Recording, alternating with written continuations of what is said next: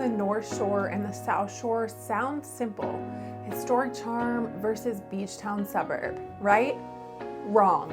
This one decision can steal an hour from your day, cap your home's equity growth, and trap your family in the wrong lifestyle.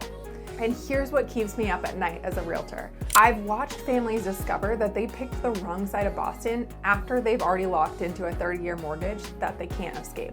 Today, I'm exposing the hidden trade-offs that most buyers never see coming, so you can choose the side that actually builds the life that you want, not just the one that looks good on Zillow. Now, if you're new here, I'm Kimberlee Meserve, and I help people make smarter real estate moves in Greater Boston.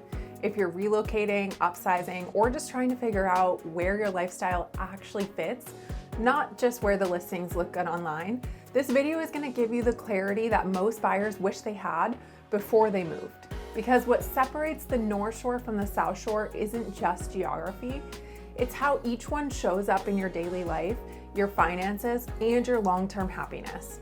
Let's start with the biggest deal breaker that catches people off guard, your daily commute. Because if you're headed into the city regularly, this decision will literally make or break your quality of life. South Shore commuting is what I call the beautiful trap. Because look, South Shore marketing makes it sound perfect with its easy highway access. But here's the brutal reality. 93 and Route 3 turn into an absolute parking lot from 7 to 9 a.m. and 4 to 6 p.m. most days.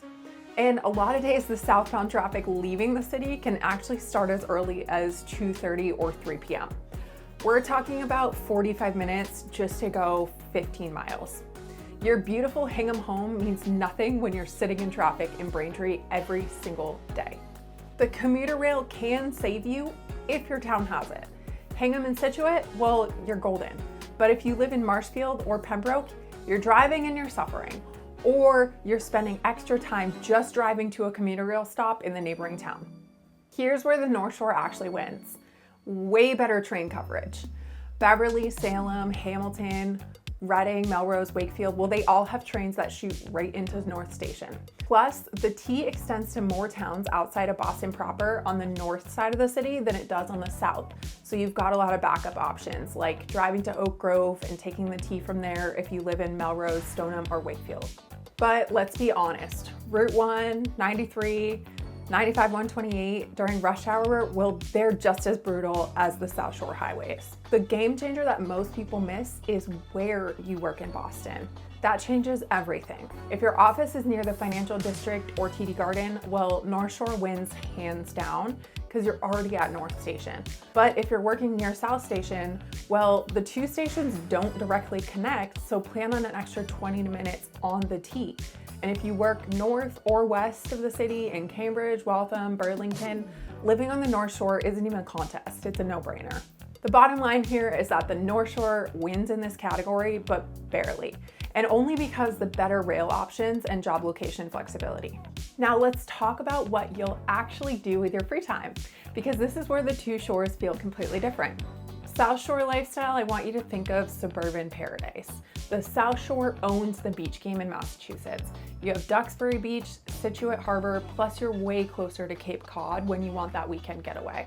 These towns are built for families. Think youth sports leagues everywhere, newer shopping centers, and yes, plenty of chain restaurants when you just want an easy decision for dinner. Comfortable, predictable, and very family oriented.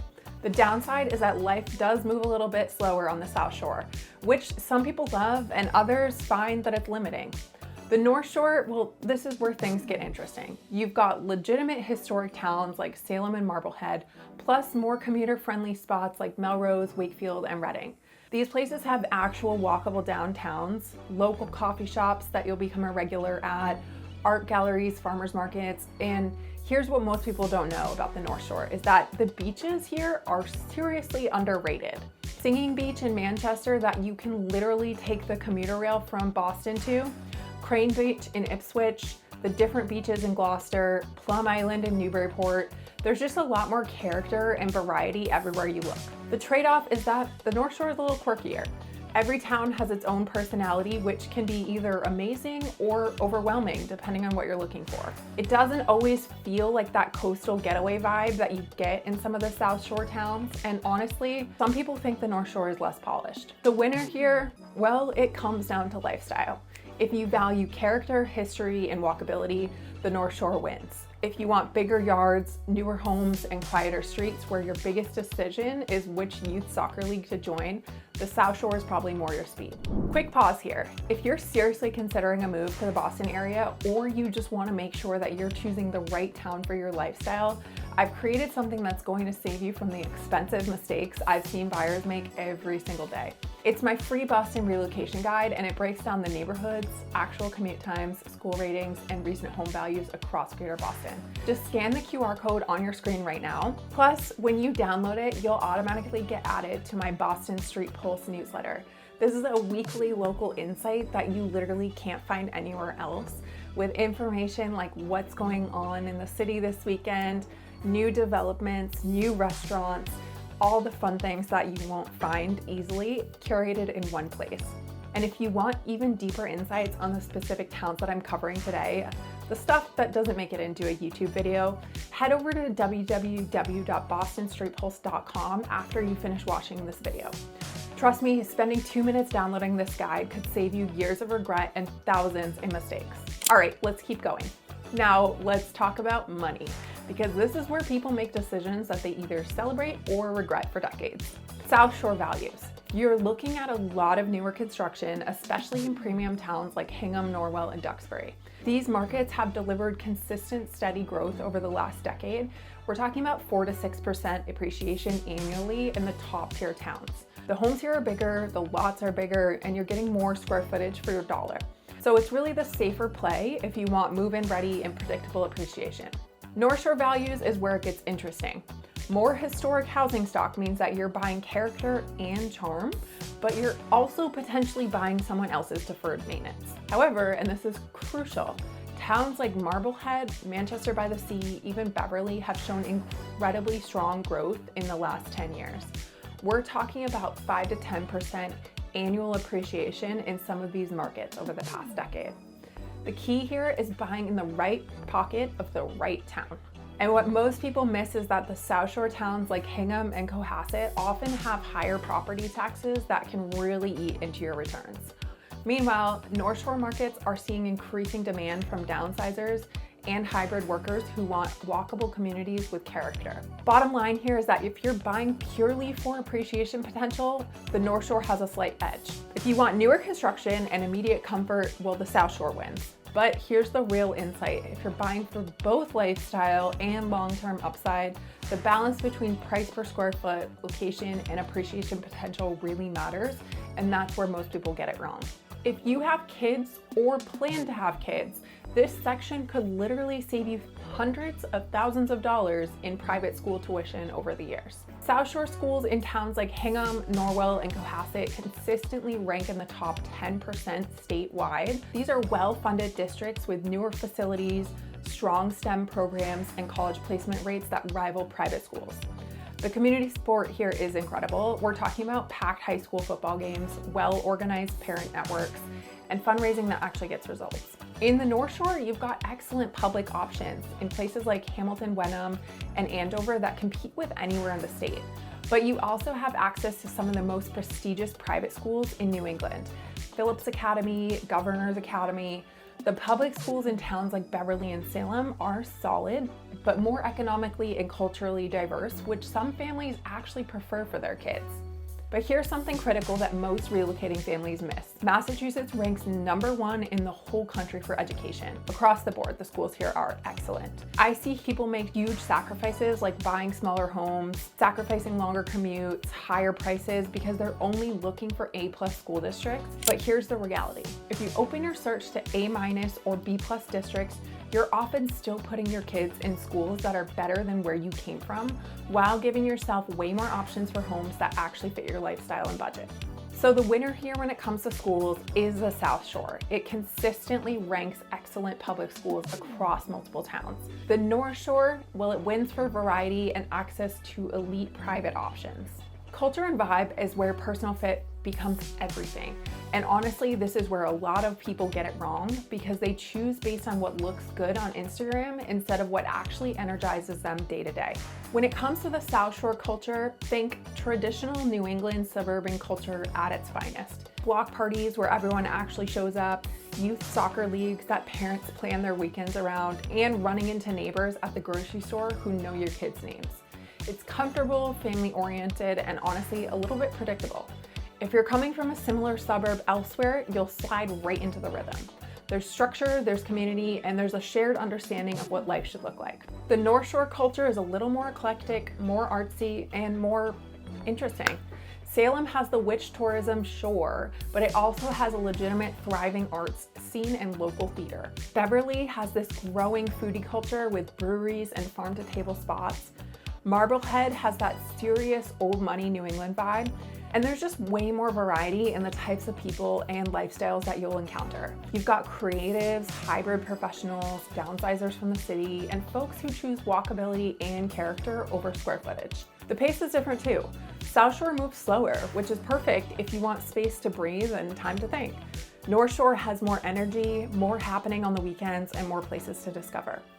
The winner here, well, that depends entirely on what energizes you. If you want comfort, predictability, and a tight-knit community, the South Shore really delivers. If you want variety, character, and always having something new to explore, the North Shore is your answer. Here's the question that separates smart buyers from everyone else. How does your choice today set you up for the next chapter of your life? If you're planning to stay put for 10 plus years, raise a family, and you want room to grow, South Shore towns deliver. You're getting newer construction, larger lots, and you're buying into a proven family raising infrastructure. The school systems are built to take your kids from kindergarten through high school graduation. The downside is that there's less flexibility if your lifestyle changes. If you become empty nesters who value walkability, or you start working remotely and you want more character, you might feel a little stuck. This is where the North Shore really shines when it comes to lifestyle flexibility. These towns work well for young professionals, growing families, empty nesters, and retirees. The walkable downtowns and variety of housing stock mean that you might actually be able to stay in the same town as your needs completely change. Plus, those character homes often appreciate better over time because they're irreplaceable. The winner here, well, it's split. The South Shore, if you value long-term family stability and predictable growth. The North Shore for lifestyle flexibility and the ability to adapt as your life evolves. So which one is right for you? All right, let's cut through all the analysis and get practical. Here's how to figure out which side is right for you.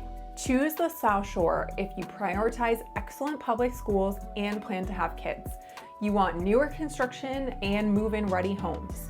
You prefer suburban comfort and predictability, and you're planning to stay long-term and want room to grow.